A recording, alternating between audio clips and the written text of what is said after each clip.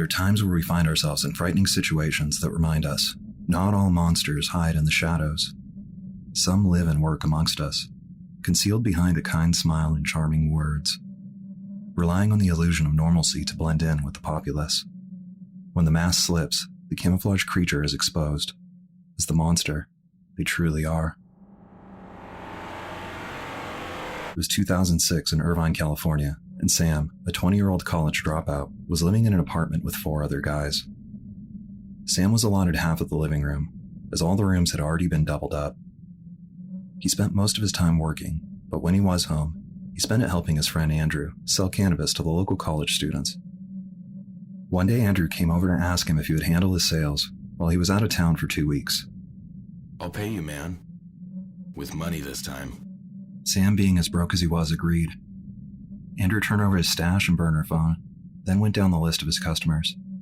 Sam had never actually met any of them, as he would only weigh and package the orders.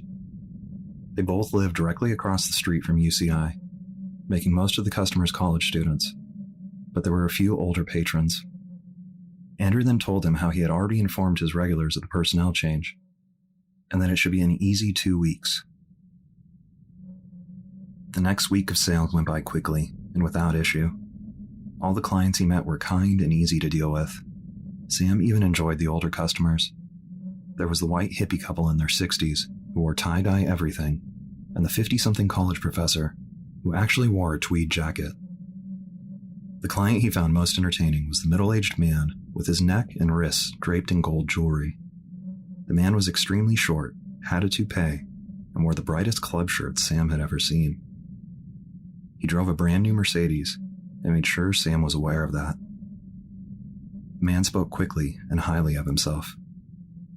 The 2 times Sam dealt to him, he bragged about how he had the best parties, the hottest girls, and the best drugs. He would tell Sam that he and Andrew should party with him sometime. Sam was positive the man was making up stories to impress him. He saw the man as a dopey imbecile who should be pitied. The second week was going as simply as the first when Sam received a call from the short, gold-covered man on the burner phone. He couldn't meet in the usual place, next to Sam's apartment, and wanted Sam to come to his place, a couple blocks away. He wasn't happy about this, but the man was placing a large order, and this meant more money. Around 8 p.m., Sam began walking to the man's residence, while imagining what the scene would be like when he got there. Would there be one of his parties happening? Maybe there'd be a handful of middle-aged men and no women. Sam chuckled at this thought. As Sam approached the man's apartment door, he noticed a neighbor sitting just in front of his own door, watching him walk up. He looked like a strong construction worker, maybe in his 30s. Sam gave the neighbor a head nod, and the neighbor reciprocated. After knocking on the door, he could hear loud dance music coming from inside.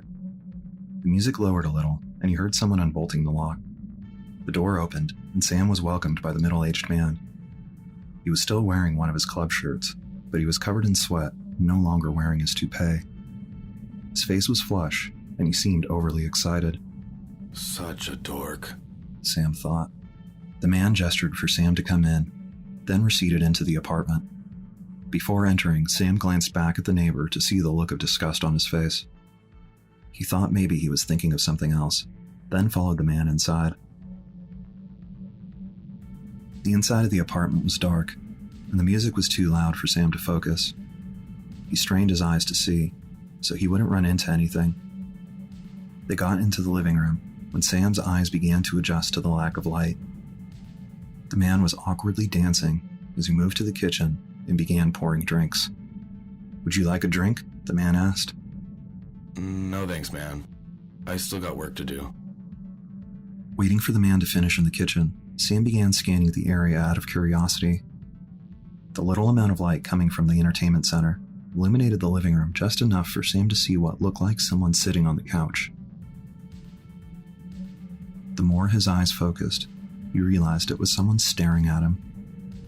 It was a young woman, and he was shocked by how beautiful she was. Her face was covered in sweat and was flush, just like the man's. "Oh, they're high as hell," Sam realized. Sam let out an uncomfortable, "Hello?" The woman wouldn't or couldn't answer.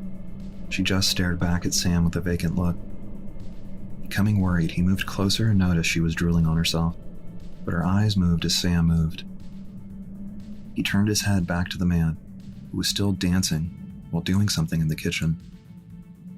Are you okay? Sam said to the woman, getting no answer. A feeling of dread washed over him. He knew something twisted was going on. Hey man, this chick is not okay. The man calmly danced over to Sam and said, "No, my friend. She's just messing with you. She likes to play games." Sam knew he had to get out of there, but what was he going to do for this young woman? She continued to glare at him with wide eyes that seemed to beg for help. He knew he had to call 911, but was terrified of what would happen if he was still there when the police arrived. Unsure of what the man would do if someone was going to ruin his fun, Sam hurried to finish their deal as fast as he could, without raising suspicion. Okay, man. You got the money? I got orders to fill. The man handed over the money, while still dancing. "You sure you don't want to stay?" he said with a crooked smile. I can't, man. I gotta go. Sam replied, opening the door to leave with his phone in hand, ready to call 911. As he was closing the door behind him, he noticed the neighbor was still sitting in the same spot. Sam then had an idea that would bring the girl the immediate attention that she needed. Call 911.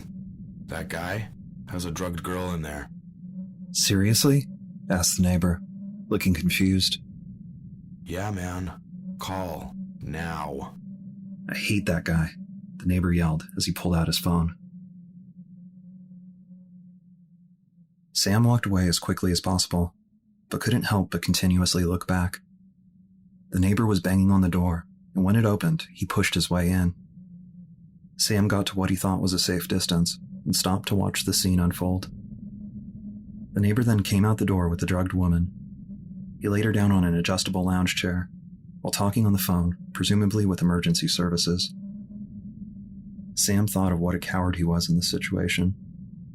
That poor young woman could die, all because he didn't want to get caught selling cannabis. Sam spied from a distant corner as an ambulance and a police unit pulled into the parking lot.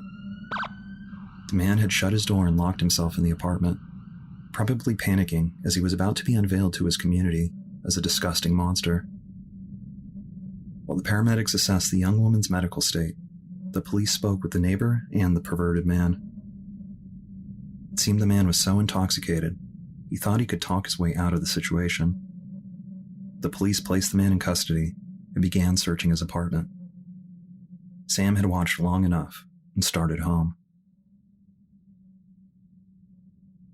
On the walk home, Sam thought about his part in what had happened, coming to the conclusion that he would not be selling for Andrew anymore. He pondered how if he had called 911 immediately, would it have made a difference? Should he have attempted to fight the man, even though it was unknown how he would react? Did the young woman survive? Was the man stopped before he could perform any heinous acts? Never receiving answers, Sam will always be haunted by the stare of the helplessly terrified woman. How often do we trust the strangers in our lives, oblivious to the savage brutality lurking underneath? We place ourselves in vulnerable situations, under the assumption that we will be safe with these individuals. They can fool us into believing their intentions are good and pure, when really, they crave the violent suffering of others. Can you see the chaotic creature hidden below? Or will you be the next victim?